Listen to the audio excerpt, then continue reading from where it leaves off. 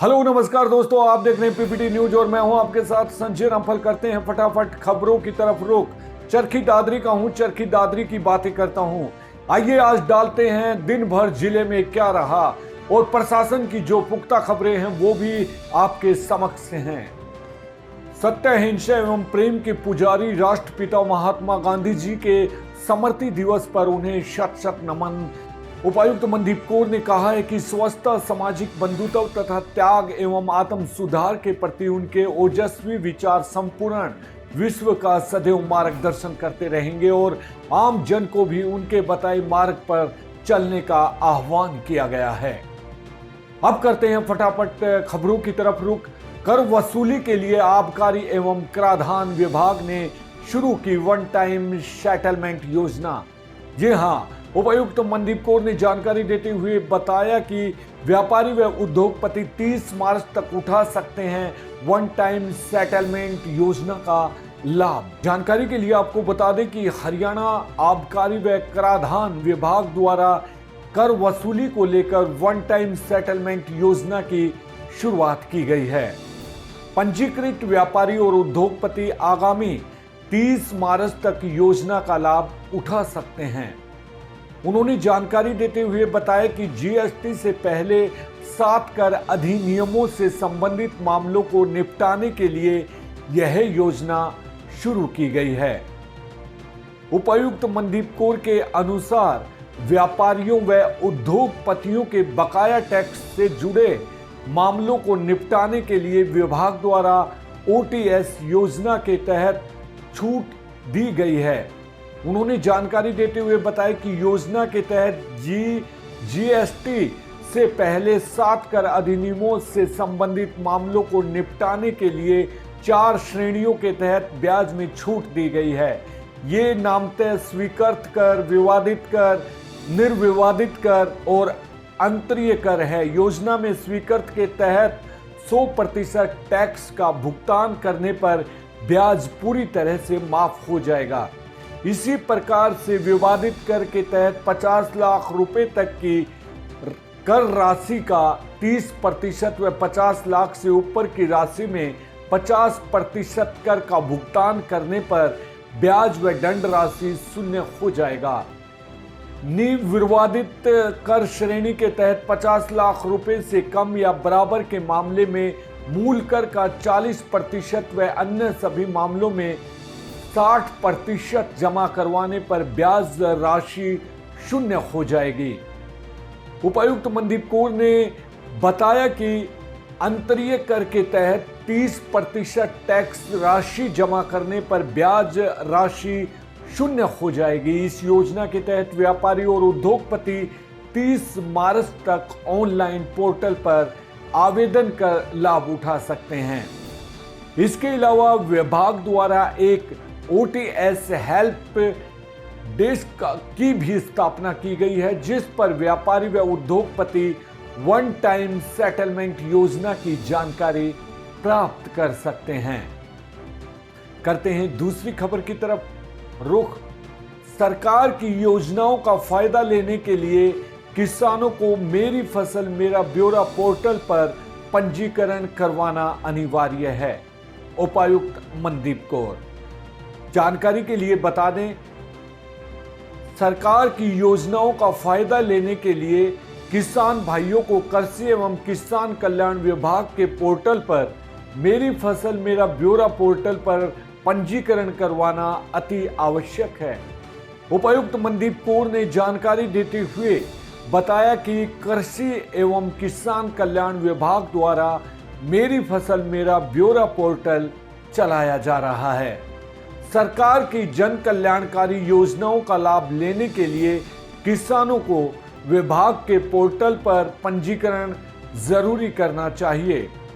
सरकार की योजनाओं के साथ साथ फसल की उपज को अनाज मंडी में बेचने में सुविधा इत्यादि का लाभ भी ले सकते हैं। इस बारे में अधिक जानकारी के लिए अपने निकटतम कृषि कार्यालय एवं अपने गांव से संबंधित कृषि विकास अधिकारी से संपर्क कर सकते हैं।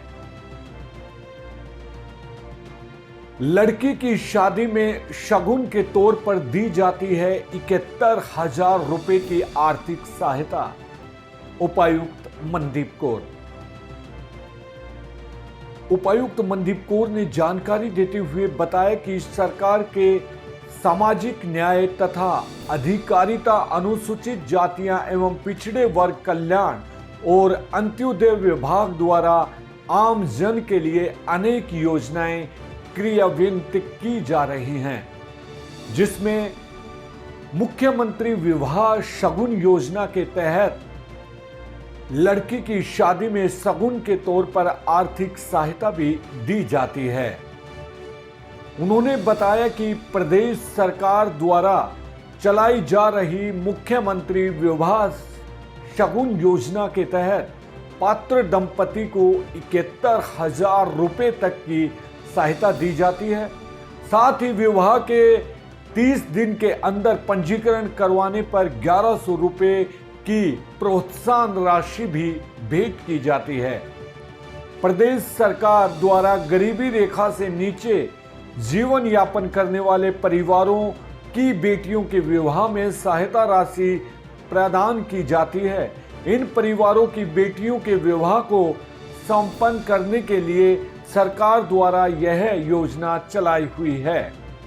योजना के तहत गरीबी रेखा से नीचे जीवन यापन करने वाले अनुसूचित व टपरीवास जाति के लड़की की शादी में जिनकी वार्षिक आय 1,80,000 रुपए से कम हो, उसे 71,000 रुपए, गैर अनुसूचित जाति के सभी पात्र आवेदनकर्ता को 31,000 रुपए तथा सभी जाति की विधवाओं की पुत्री की शादी में 51,000 रुपए आर्थिक सहायता दिए जाने का प्रावधान भी है। इसके बाद उपायुक्त मनदीप कौर ने जानकारी देते हुए यह भी बताया कि मुख्यमंत्री विवाह शगुन योजना पात्रता के लिए आवेदक हरियाणा का निवासी होना जरूरी है। फैमिली आईडी में 1,80,000 से आय कम होनी चाहिए। फैमिली आईडी में बैंक खाता, जाति आय वेरीफाई होना जरूरी है। शादी रजिस्टर होनी चाहिए। फैमिली आईडी में रजिस्टर मोबाइल नंबर भी होना अति आवश्यक है। आवेदक को सबसे पहले करना होगा मैरिज के लिए रजिस्ट्रेशन। हरियाणा मुख्यमंत्री विवाह शगुन योजना का लाभ लेने के लिए सबसे पहले शादी के लिए पंजीकरण करवाना होता है। उसके बाद जैसे ही शादी के पंजीकरण की प्रक्रिया पूरी हो जाएगी और आवेदक के पास मैरिज सर्टिफिकेट बनकर आ जाएगा, इसके बाद shadi.in, disha.gov.in पोर्टल पर जाकर आवेदक की श्रेणी के अनुसार स्कीम पर अप्लाई कर सकते हैं। किसान भाइयों को बता दें कि पशुपालक किसान क्रेडिट कार्ड योजना का उठाएं ज्यादा से ज्यादा लाभ। उपायुक्त मनदीप कौर ने किसान सस्ती ब्याज दर योजना पर 3 लाख रुपए तक का ले सकता है ऋण। अब खबर विस्तार से। पशुधन किसान क्रेडिट कार्ड योजना के तहत किसानों को गाय, भैंस, भेड़, बकरी, सुअर, मुर्गी के रखरखाव के लिए 3 लाख रुपए तक का ऋण देने का प्रावधान है, ताकि पशुपालकों की आर्थिक स्थिति में सुधार हो सके। छोटे किसानों को पशुपालन व अन्य स्रोतों से होने वाले आय को बढ़ाने के उद्देश्य से योजना क्रियान्वित की जा रही है। उपायुक्त मनदीप कौर ने जानकारी देते हुए बताया कि पशुधन किसान क्रेडिट कार्ड योजना के तहत किसान अपने पशुओं की देखभाल के लिए होने वाले खर्च के लिए पशुधन किसान क्रेडिट के माध्यम से ऋण प्राप्त कर सकता है। कोई भी पशुपालक 1,60,000 रुपए तक की राशि की लिमिट तक का पशुधन किसान क्रेडिट कार्ड बिना कोई जमीनी गिरवी रखे व बिना किसी गारंटी के कोलैटरल सुरक्षा बनवा सकता है। उन्होंने बताया कि पशुधन किसान क्रेडिट कार्ड धारक को सालाना 7% साधारण ब्याज दर पर बैंक द्वारा ऋण दिया जाएगा। उपायुक्त मनदीप कौर ने स्पष्ट किया है कि यदि कार्ड धारक अपने ऋण का समय पर भुगतान करता है तो उसे केंद्र सरकार की तरफ से 3% ब्याज दर का अनुदान दिया जाएगा तथा उस पशुपालक को यह ऋण केवल 4% के हिसाब से चुकाना होगा। उन्होंने बताया कि 7% ब्याज दर के हिसाब से अधिकतम 3 लाख रुपए तक की ऋण राशि पर केंद्र सरकार की ओर से 3% ब्याज दर का अनुदान दिया जाएगा।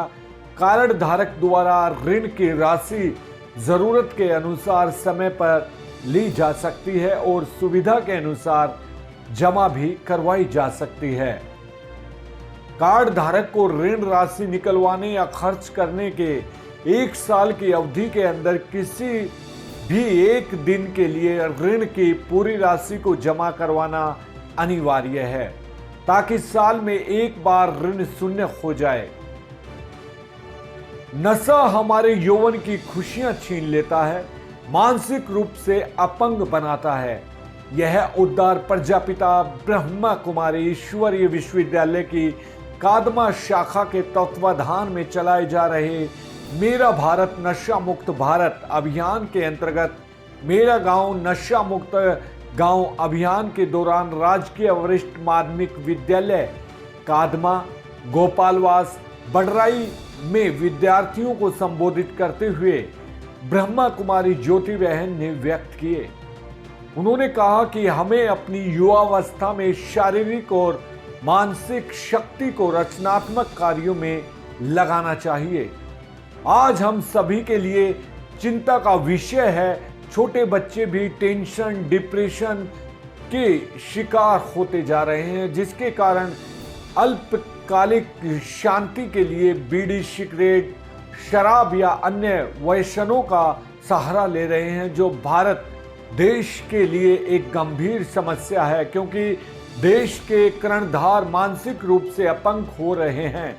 नशा मुक्त भारत रथ में लगाई गई बड़ी एलईडी के द्वारा बच्चों को नशा मुक्त जीने के लिए आध्यात्मिक ज्ञान के साथ साथ मेडिटेशन का भी अभ्यास करवाया।